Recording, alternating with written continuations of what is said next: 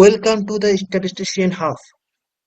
My name is Husainur Rahman Pradhani, a research scholar of Statistics Department, Assam University, Silchar. Today, we discuss fitting up binomial distribution in Excel. 7 coins are tossed, and number of heads noted.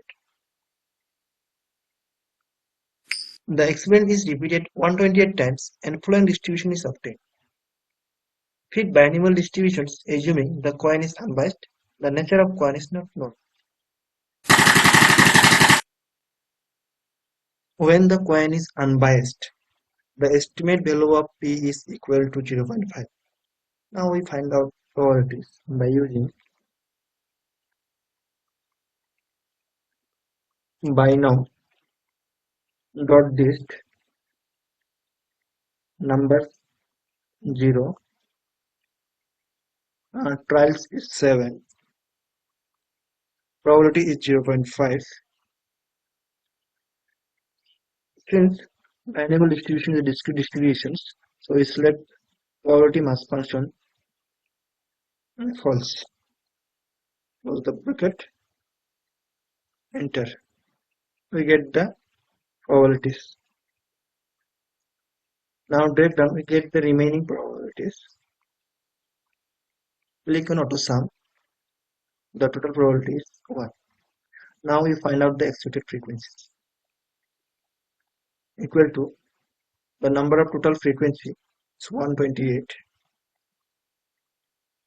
into the respective probabilities.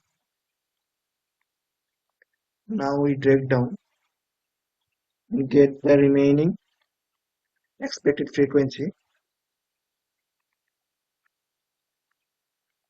Click on auto sum, we get the total expected frequency. When the nature of the coin is not known, then we first find out the production of f and x. F into x. Then drag down, we get the remaining values of f into x. Now click on auto sum, we get the sum of f into x. Now we find out the mean of the distribution using the formula sum of f into x and divided by sum of f. Now we find the estimate value of p, mean divided by number of trials, which is 7. This is our estimate value of p, 0.4833. Now we find out the probabilities using Binom.DIST. Select the numbers 0. The number of trials is 7. Probability is 0.4833. Then cumulative, select as a probability mass function. Close the bracket, enter. Now break down, we get the remaining probabilities of the values of the random variable. Click on auto sum, we get the total probabilities, which is equal to 1. Now we find out the expected frequency equal to the total number of frequency, which is 128 into the respective probabilities.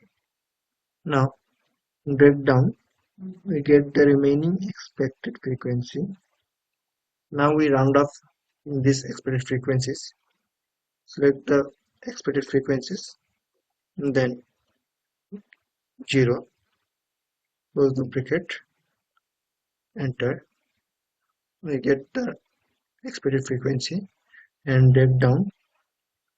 We get the remaining expected frequencies. Then click on auto sum. The total expected frequencies is 128, which is equal to the number of given frequency. If you think this video is useful, please like, comment and share with your friends. Thank you for watching this video.